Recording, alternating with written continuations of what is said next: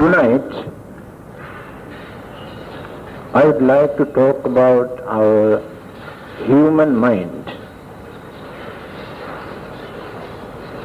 because we can understand many things in this world or in this universe, but it is very difficult to understand the nature of human mind. It's very complicated and subtle, deep, unimaginable, incomprehensible. The reason is, it is very difficult to find out how these wicked and evil and dangerous thoughts originated at the beginning in our mind. At the same time, certain good qualities, virtues, wisdom, intelligence, talents, skillful and useful mental attitude also we can find in human mind. Scientists or psychologists cannot give any satisfactory answer.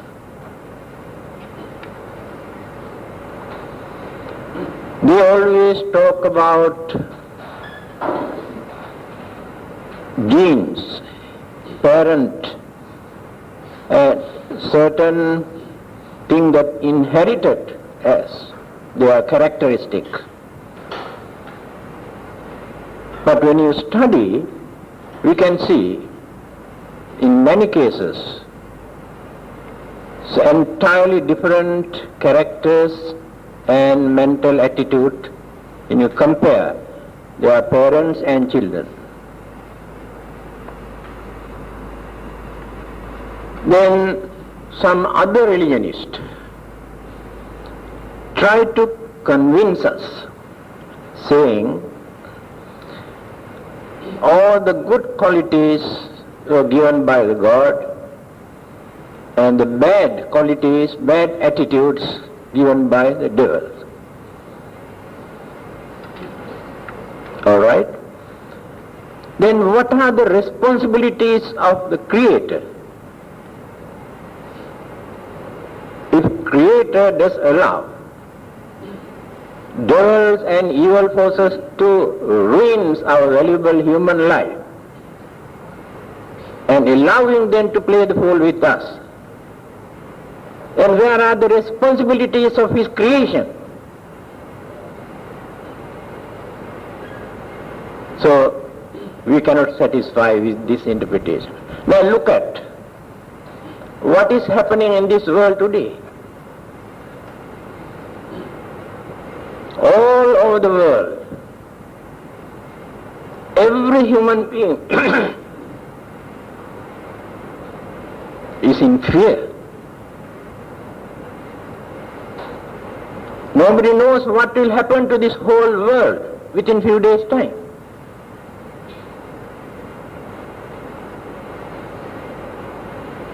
They are preparing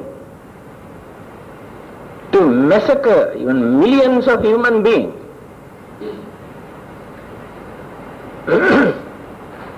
Who gives these ideas?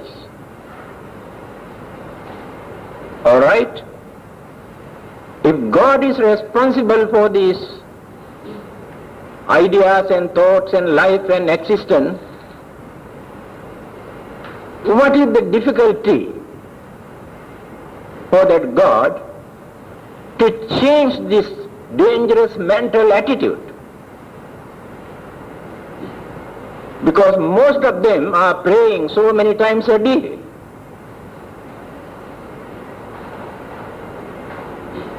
Use your common sense, my dear friend. Who is responsible? Whether God or devil or human being. the answer given by the Buddha gives some sort of satisfaction for us to understand how this different type of mental attitudes, good and bad, originated from the very beginning.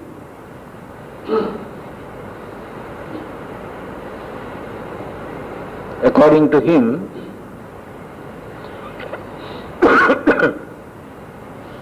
there is no beginning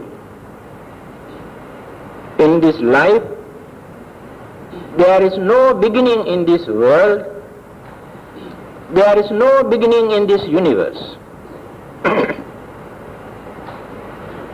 They always exist. They appear, decay, disappear, and again appear by taking different changes, forms. That is why he says there is no beginning. When the existing object or life or planet or world decay and disappear, mental process, if it is a life, elemental process, if it is an inanimate object, they never disappear. Because no one can destroy energy. And these energies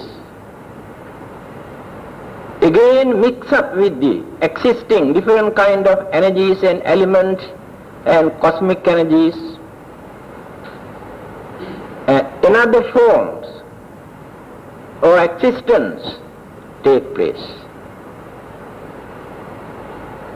Now when you compare these interpretations of the Buddha with the modern scientists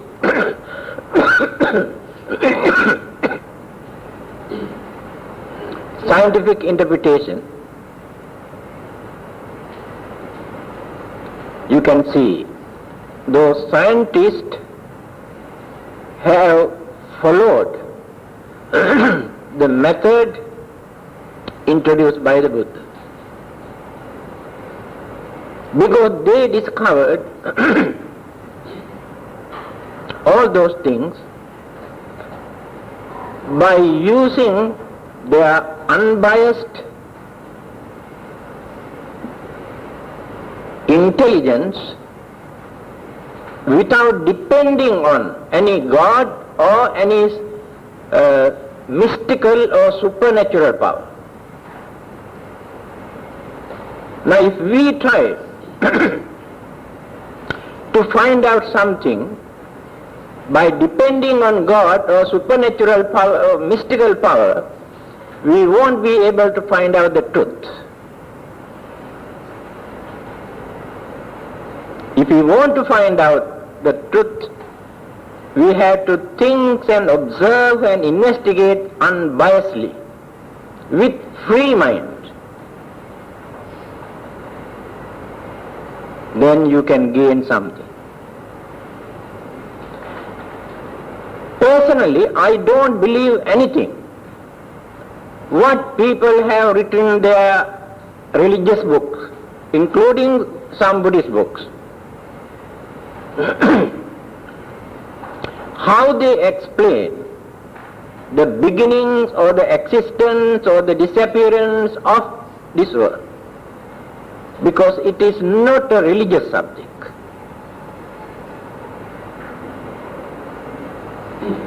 Those who want to know these things, they must study that particular subject. From religion you cannot get reliable interpretations.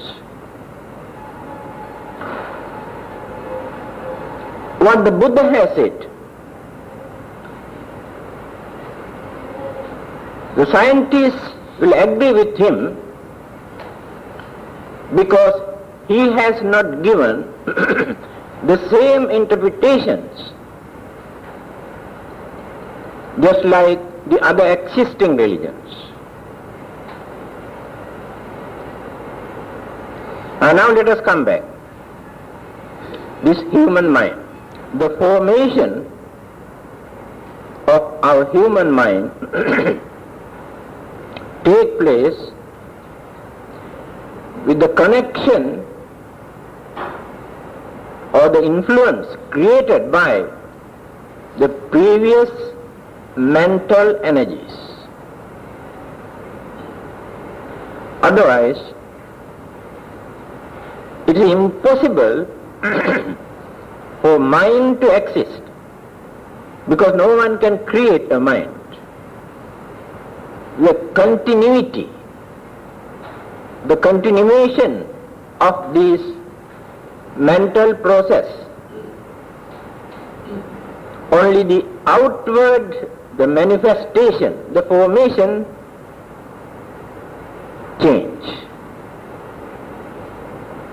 The mental attitude, way of thinking, knowledge and understanding capacity, characteristics are similar or close to our former existence. After this formation, again changes take place according to our education, family background, environment, and the society. Some changes take place. These forces influence our mind to change our attitude. So not only previous birth, but the present existence, environment, the country, the society, the family, or the education that we gain contribute a lot to change our mental attitude, our way of life. But there are certain things in our mind, it is very difficult for us to change. We know some of them are wrong, harmful, dangerous. Even then, we cannot change.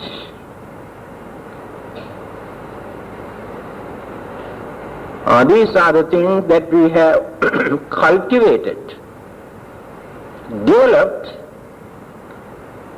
during our previous birth, very deeply rooted in the mind. So when we departed from the previous life, in that departed consciousness, these mental ingredients are there. Then again, when the new life come into existence, in that formation, those ingredients enter into this, cannot take out.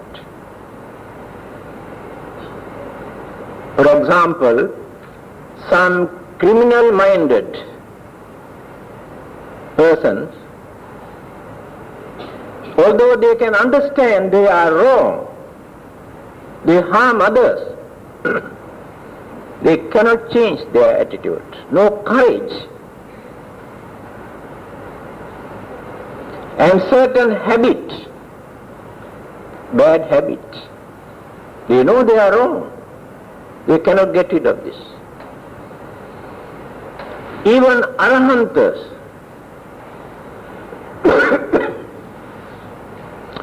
who have purified and eradicated their mental impurities, certain mental habits still influence their mind. Only Buddha is free from this. See how deep these habits. There was an arahant, when he talks to others, he always uses the language which hurt others' feeling. That means he never respects another person. He never uses a polite language.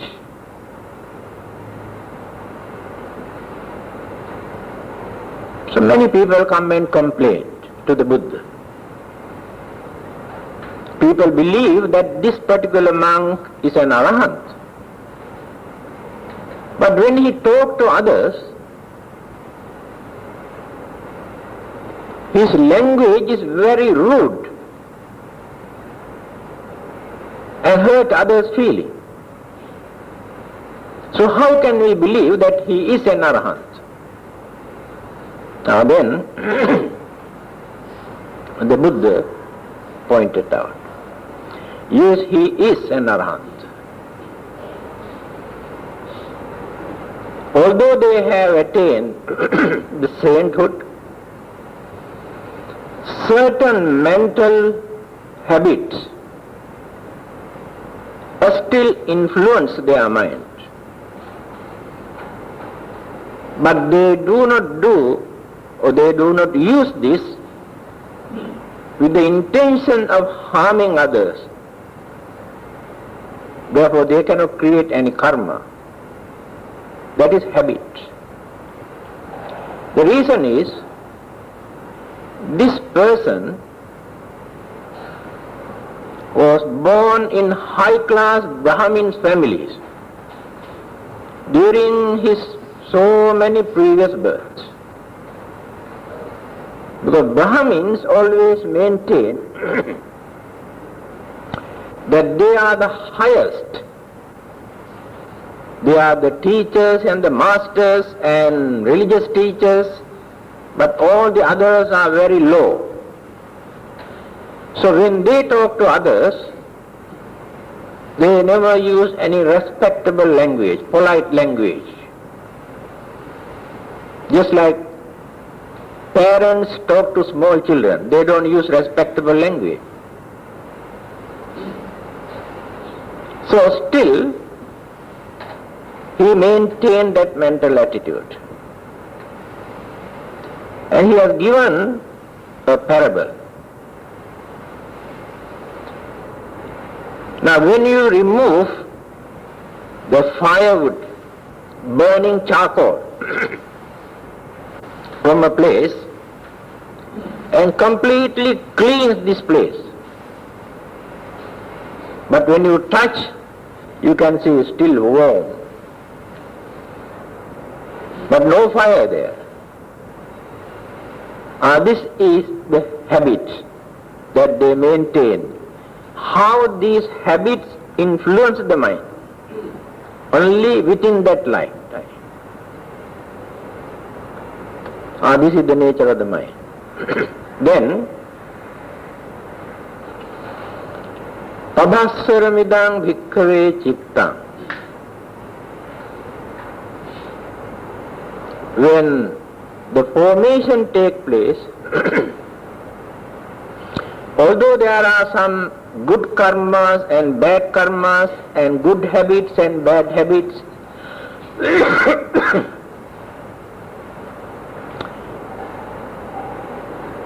pure mental energy, the Buddha says, is very luminous, pure, not dirty. When we stop taking objects into our mind through our senses, when you stop creating imaginations in our mind, now mind does not take any objects. At that time, mind is quiet. Mind is in passive stage, not active. Mind is not functioning through the senses. Now this is the way how people develop their meditation. Later,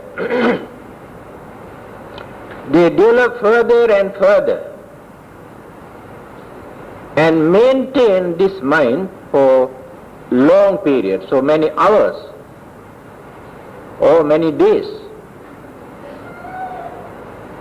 Maintain only mind without allowing that mind to work with the senses. That stage is called bhavanga state. Bhavanga. Bhavanga means passive stage. At that time, mind is pure. No craving, no jealousy, no anger, nothing. This is the advantage of meditation, even for a short period. If you can maintain without allowing this mind to take any object to disturb the mind, then the mind can relax.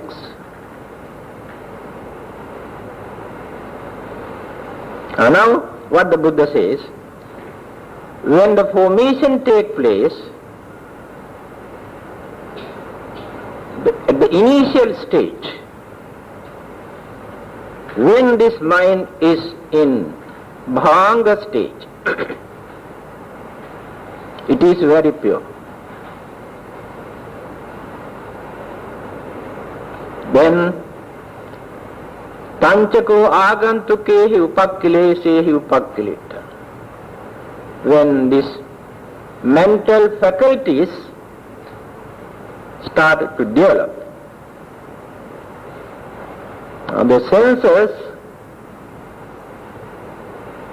brings objects. It is not that senses bring objects.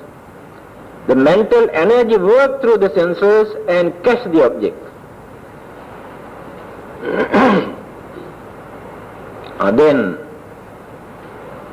the subconscious mind or the hidden thing,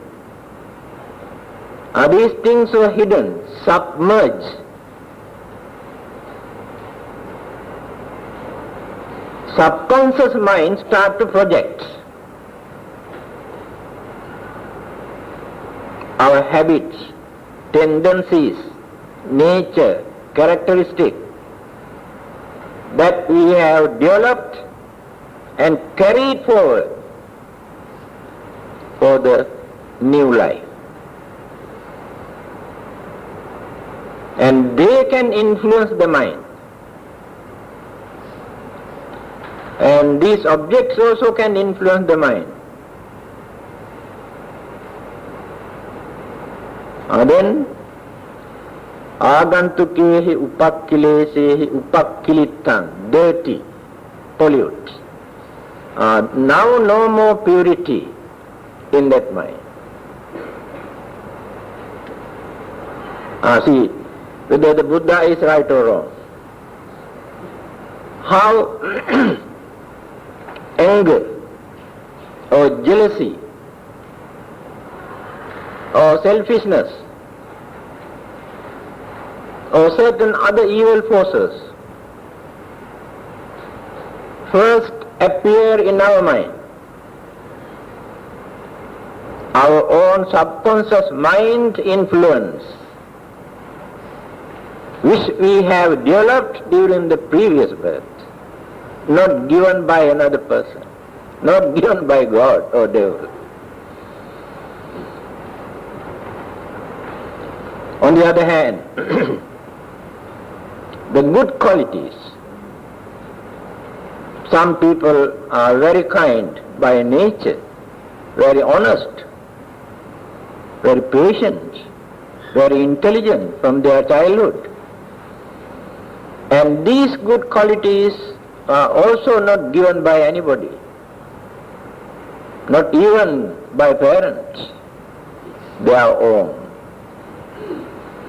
So what they have developed during their previous birth, again start to function. Now some children are very intelligent from their childhood. Some are very, very stupid, cannot understand anything. It shows how they have used their mind during the previous birth. And some are very religious minded. They like religious way of life. To some others, religion is a nuisance, wasting time.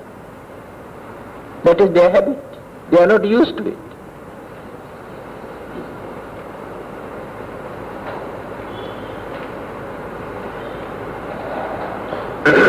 Now this is the answer given by the Buddha. How the mental attitude of good and bad thoughts appear in our mind at the beginning, whether given or influenced by some others or created by our own mind.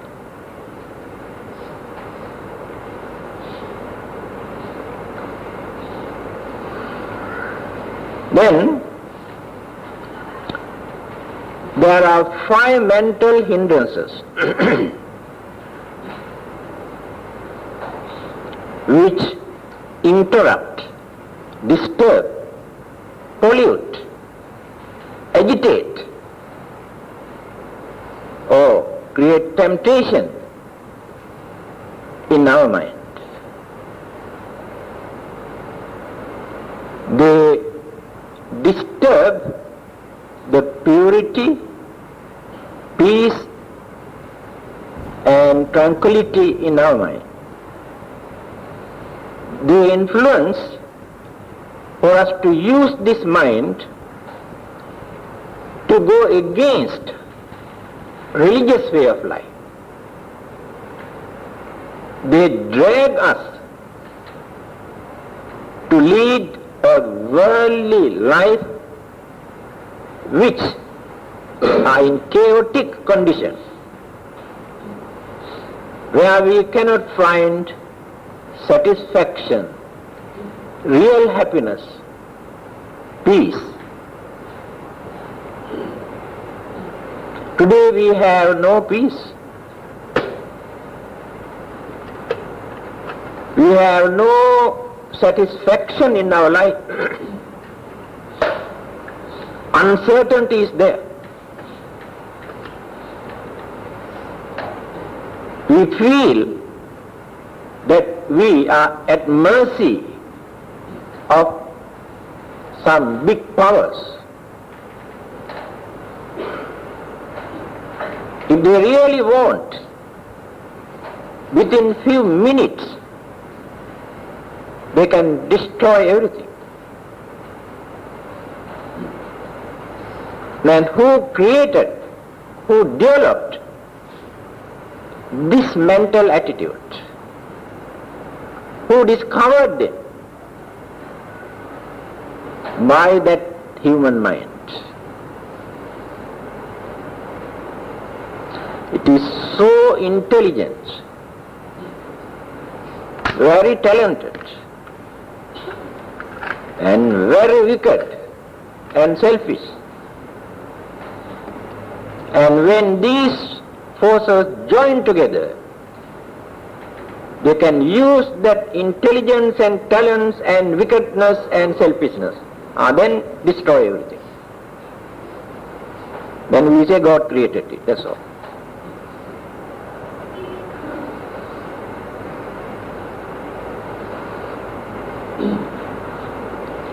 Five mental hindrances.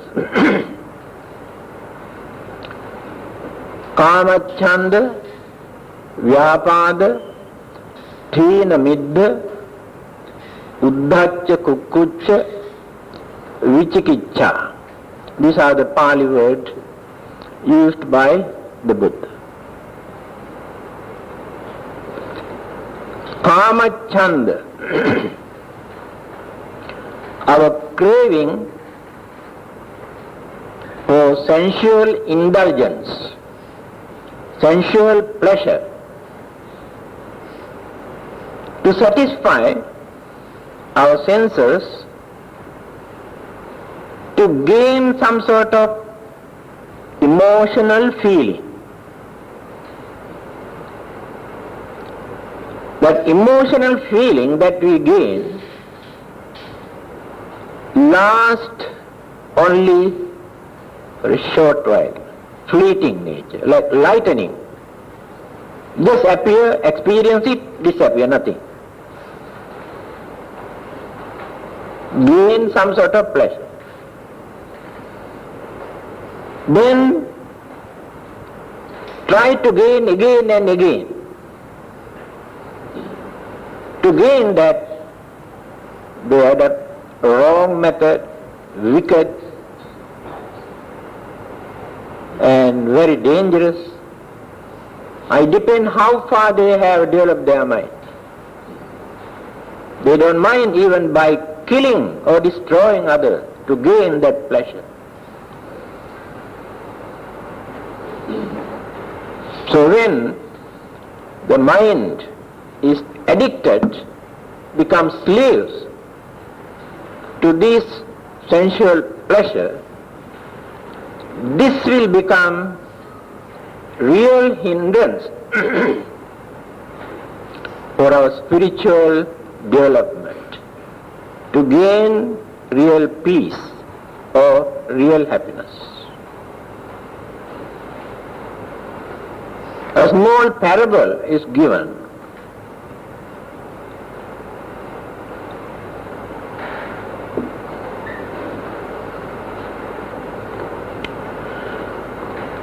Sensual desire is like a bowl of water mixed with brightly colored paint. When you mix up different kind of paints with water, you enjoy the color. Multicolors, rainbow colors. But the purity of the water is no more. You have polluted the water to see the color.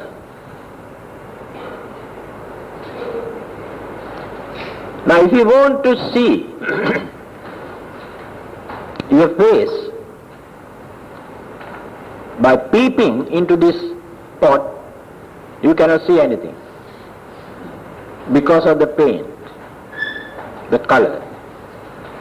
That means when your mind is influenced or in what you call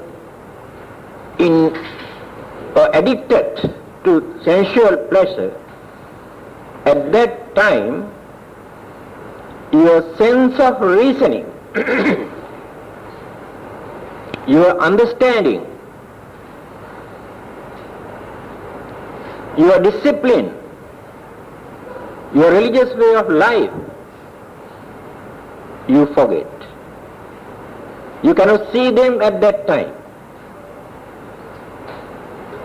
Just like that you cannot see your face through that colored water.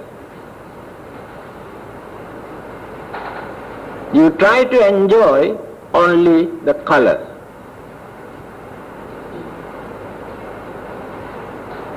This is the nature of the human mind when that mind is influenced by the sensual pleasure. Now you can understand how sensual pleasure interrupts the spiritual development. For your worldly life, sensual pleasure is important. important means without that there is no life for you. But you can experience sensual pleasure without violating or breaking any religious principles by maintaining your dignity. But many people go beyond that. But when you come to spiritual development, you have to avoid. Otherwise, you never gain any development.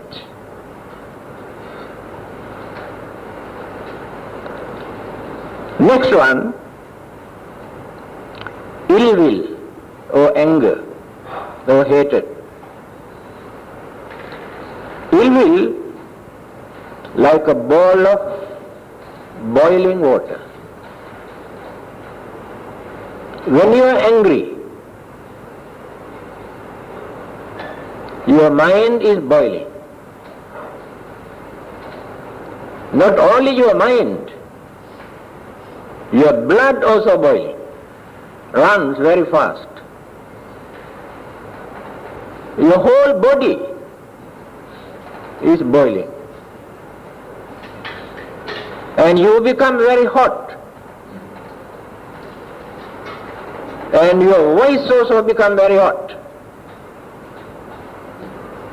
Your face become red.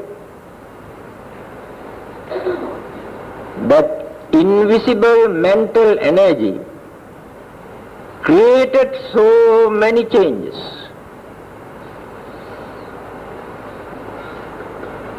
And shivering. Not ready to listen to anything or anybody or reasoning. Egoism is so strong. Never surrender for anything. Now ready to fight, to beat, create violence or bloodshed because of that.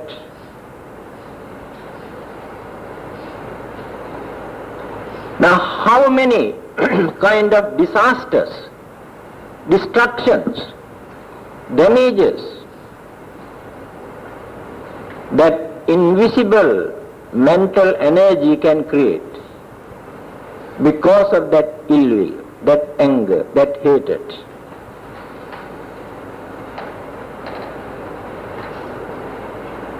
So at that time, when you try to see the things to understand properly, you cannot see. Just like when you peep into the pot when the water is boiling, you cannot see your face there.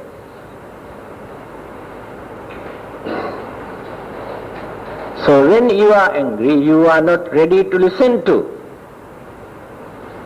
reasoning.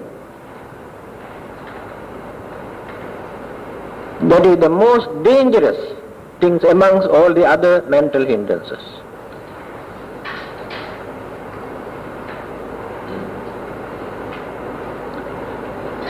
Next one, sloth and torpor, like water covered by mossy plant. Say, pond of water. You go to a water pond, you can see the water is covered with all sort of rubbish, dry leaves, grass and dust. You cannot see the water.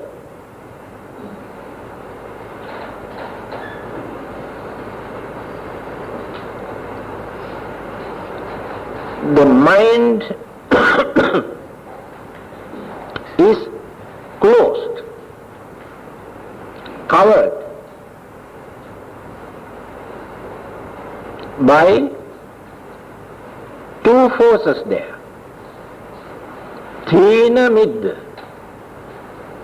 sloth and torpor, meaning laziness of the mind to think, Mind is very lazy. Does not want to think, to understand anything. That is the first stage. Second stage is, although ideas appear in the mind, what to do or what not to do, mind is very lazy to put into action. Just keep quiet. Thoughts are there, just functioning in the mind, but lazy to get up and do something. Do you experience this? Why not? Laziness of the mind to create ideas. You maintain your dull mind without creating good thoughts, or without thinking how to avoid, how to develop, how to get rid of certain things. You don't want to think. That is called laziness of the mind. By thinking and thinking you get some ideas, constructive ideas or practical ideas. But you are very lazy to do that. Just keep quiet, never mind. Let it be anything. It is up to God. This mental attitude also interrupts our spiritual way of life. Hina mid. Next one, restlessness and worry. Like water blown into ripples by the wind. So when you go to sea beach, you can see how the wind disturbs the water and goes up and down, waves. So when these two mental attitudes disturbs our mind, at that time our mind is just like the water which influenced by the wind to create waves. What are these two things? Restlessness and worry. There are many reasons for us to gain restlessness. The reason is the subconscious mind influence. Certain mental attitude what we have developed earlier then disturb the mind. Restlessness, no peace, uneasiness we experience.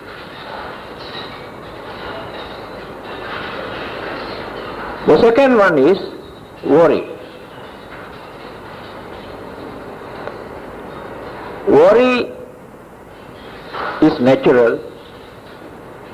No one is free from worries. When there are responsibilities, we have worries. When there are certain duties for us to perform, we have worries. After doing certain bad deeds, we create worry.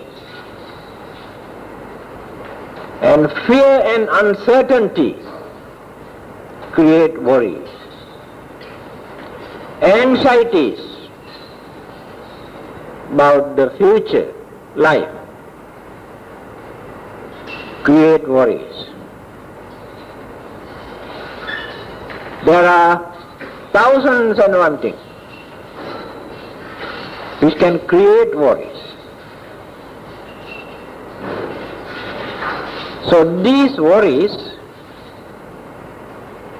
always disturb the mind, and we go on creating imagination according to the nature of worries.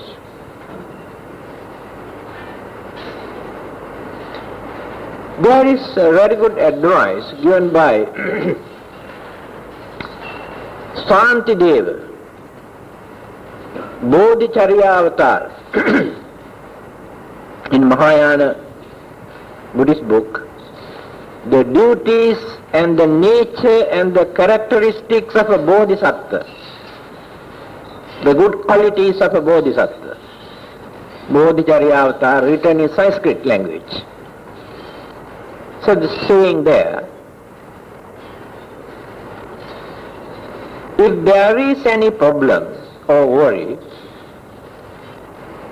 there must be some sort of solution for that, for you to get rid of.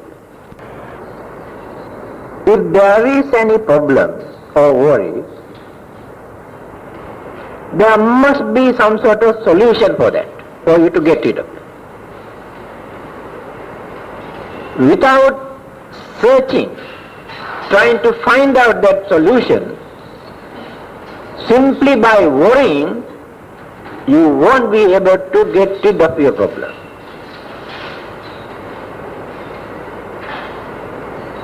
Again he says, for certain problems and certain worries, there are no solutions. You may go on searching, but you never gain.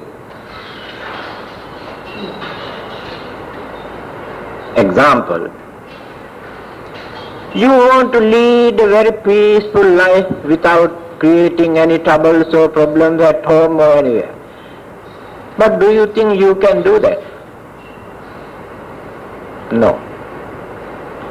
Others always come and disturb. There are many external forces disturb us, and we cannot stop them.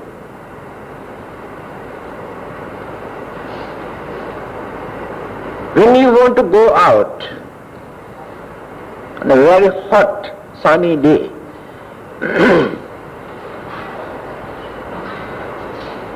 and you feel very, very inconvenienced,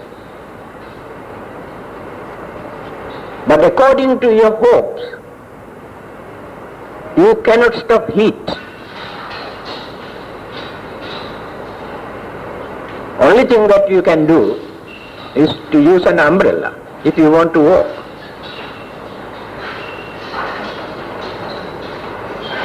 Again, you want to live without facing sicknesses, old age and death. You don't like. And you worry about them, thinking, so one day we grow old, so one day we have to die, and you worry. Do you think that your worries will help you to avoid this? Never. So certain things are unavoidable. We cannot escape from. If they are natural, there are many things that we have to face without worrying. Understanding of the Dhamma is important there to avoid this worry. Here this Shantideva says, if there is any problem, there may be some solutions also. Without worrying, try to find out the solution. On the other hand, for certain problems and worries, you won't be able to find out any solution. Then, without worrying, you must train yourself to face them. Then you can stop your worry. On the other hand, by worrying, we create bad karma. We do not know that. Every minute that you spend by worrying and worrying and worrying, during that period, amount of thought that you have created in that mind, maybe lot of hatred, anger, ill will, jealousy, while you are worrying. cursing, accusing, blaming, then you create bad karma, pollute your own mind.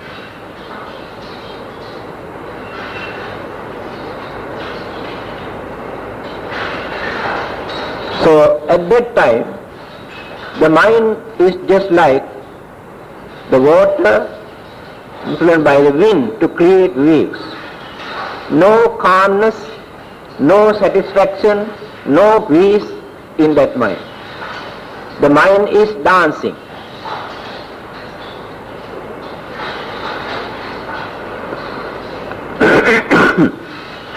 Last one is doubt. Doubt, just like muddy water.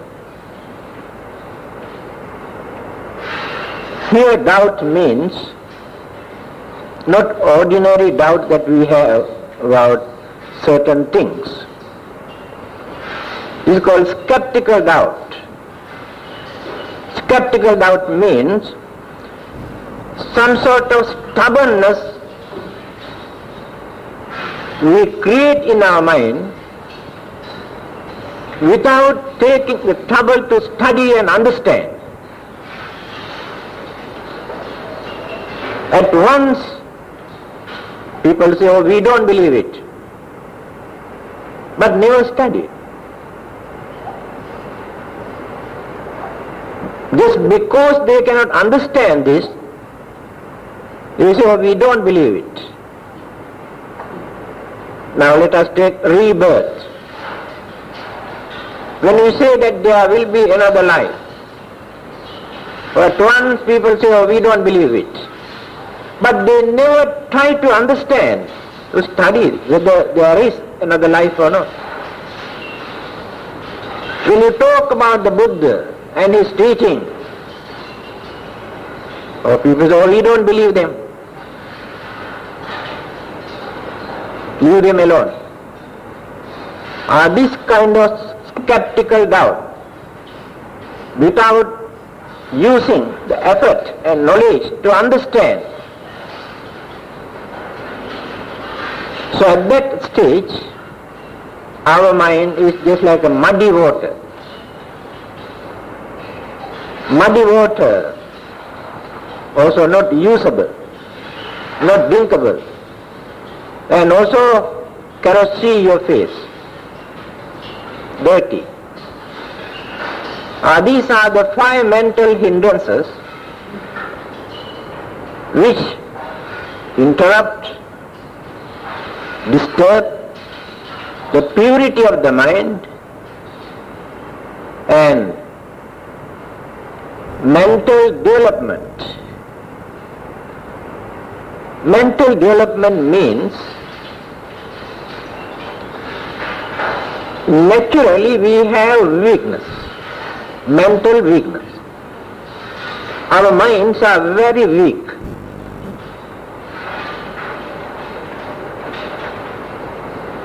That is why they always go here and there in searching something for their security or the protection.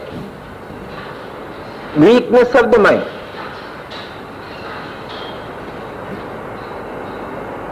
Take for instance, you can say, I want something to wear, some sort of talisman, I have some sort of fear, I don't like to go out at night time. That shows the weakness of the mind. I am scared of devil. I don't like to enter into dark room, there may be devils here and there. Like small children. All of us have fear. Because of this fear, we believe so many things when others say, this will protect you, this will help you. We need some extra gadget. If the mind is strong, we don't want all this rubbish, throw away. Mental energy is strong enough to face anything. In Bhaya Bhairava Sutta, one of the discourses, the Buddha says, those who maintain fear are scared of everything, especially at night time. Little bit of disturbances, when a small branch falls down from a tree, they run away, thinking a devil is running. When a piece of ropes shaking, they say snake, run away. Because of that fear, the small children also like this. So the duty of the Buddha's teaching is to strengthen that mind, to develop, that is called mental development. To stand firmly without running away, to understand, to see things properly.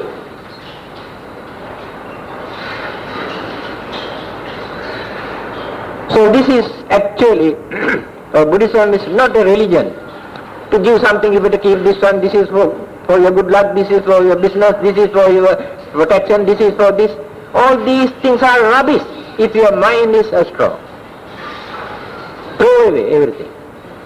Of course, if your mind is weak, definitely you need something.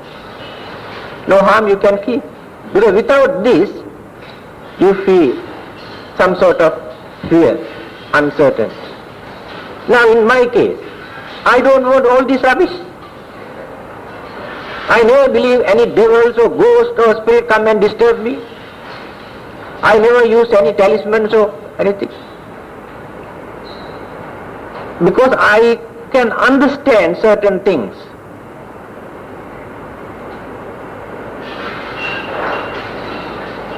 So this is a religion. Or the main purpose of this religion is to strengthen our mind, to develop our mind, to purify our mind. All the other religions try to create faith and belief. They are not interested about mental purity. See the difference. Buddhism emphasized, highlighted everything in its teaching. How to develop your mind, how to understand things properly, how to purify the mind. Only this much. If you can do this, you will be free from all these worries and fears and troubles and problems that you are facing. Also unnecessary things. But others try to create fear in your mind. Then introduce, you must believe this. That teachings you cannot find in Buddhism. So this is a religion for you to do something, to develop your mind, to gain your knowledge and understanding. But not a religion for you to believe something, to gain everything. That is why people say it is very hard to practice Buddhism, because they have to do something. Then,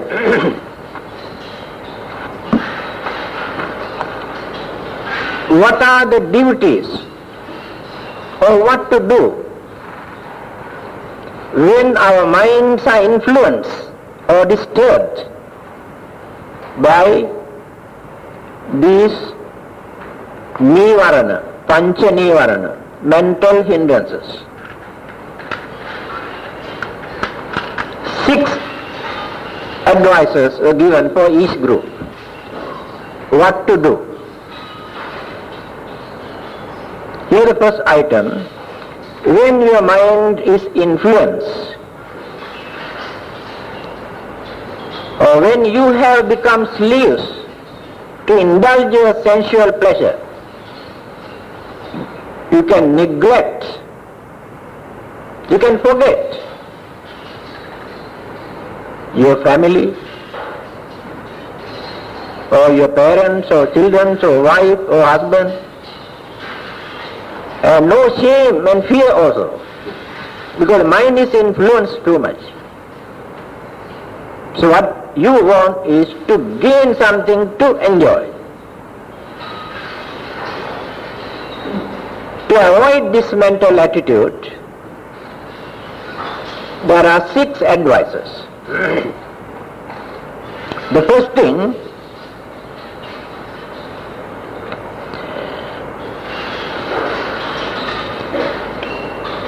take an object into your mind for you to concentrate. That is what many meditators do. Some of them keep dead bodies in front of them and take this dead body as an object for meditation. When the mind is influenced by the lust, then divert this mind toward this dead body. Think deeply. Analyze what this body is. Why this body is like this today. What will happen to this body another 1 or 2 days' time? Definitely, one day, my body also become like this. It is true. So when you think this very deeply, then you gain more knowledge and think, why should I become slaves to this little bit of pleasure which disappears in the next moment? You can reduce that. A practical method. Another one,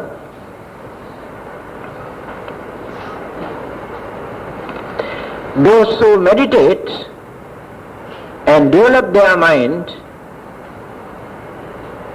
bring this as an object for their dhyana meditation. Dhyana meditation reduce, eradicate these 5 mental hindrances. So without taking this object into this dhyana meditation,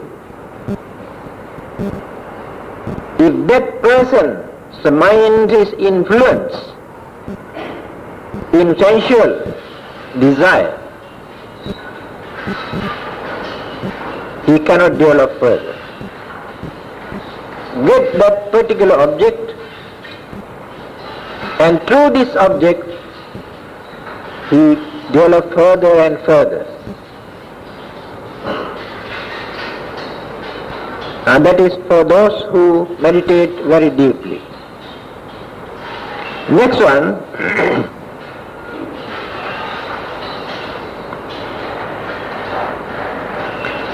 by knowing the nature of senses, our 5 senses, try to control, try to discipline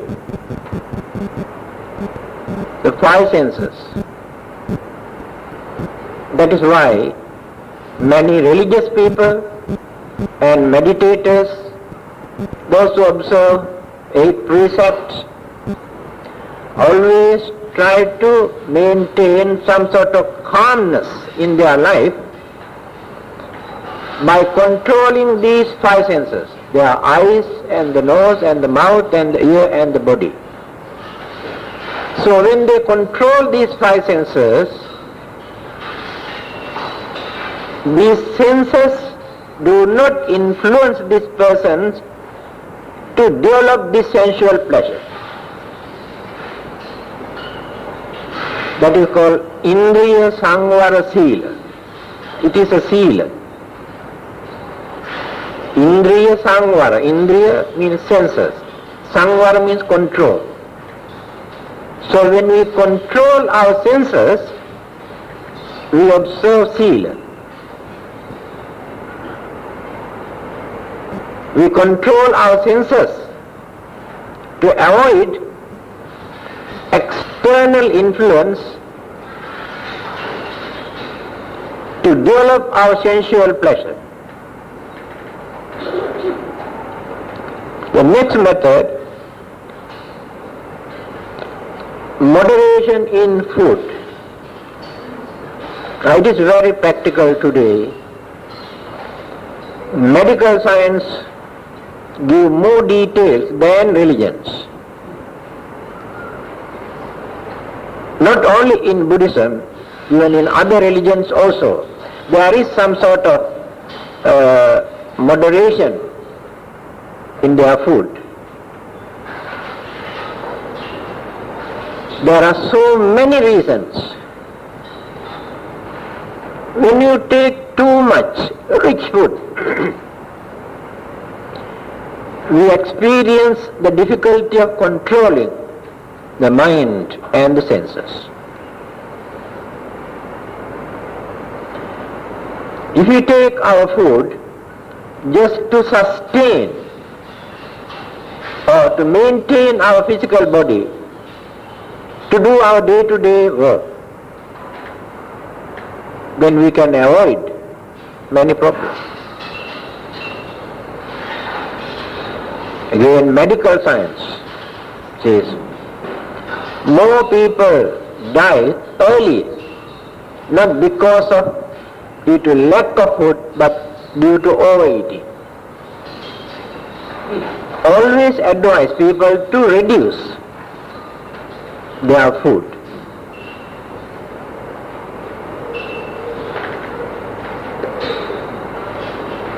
Matsamyuta cha bhattasmi. The Buddha also mentioned the same thing. If you maintain this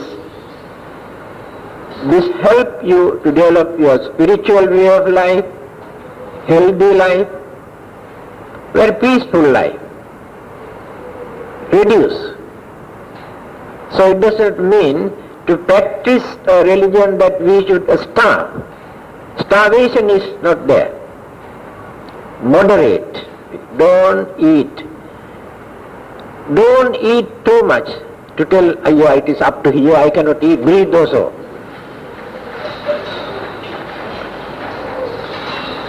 The Buddha's advice is this: when you eat, when you come to know that you can eat at least about, say, 4, what you call a spoon, you can eat more, big spoon. And then before you get fed up with your food, you stop eating. You can eat some more, but you know what you have taken is enough to maintain your body, then stop.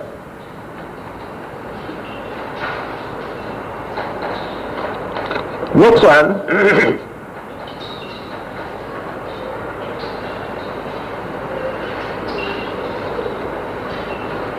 You have to associate and cooperate with cultured people, wise people, and try to use your effort to reduce your crazy attitude towards your sensual pleasures. So when you associate with very cultured and wise and understanding people, you can see how they behave. Their manners, their way of life, and how far they have controlled their senses and the food and many other things. How they devote their time for more useful things rather than sensual pleasure. Then you also get the idea. You can follow them. This is the advantage of the association of such people. Last one,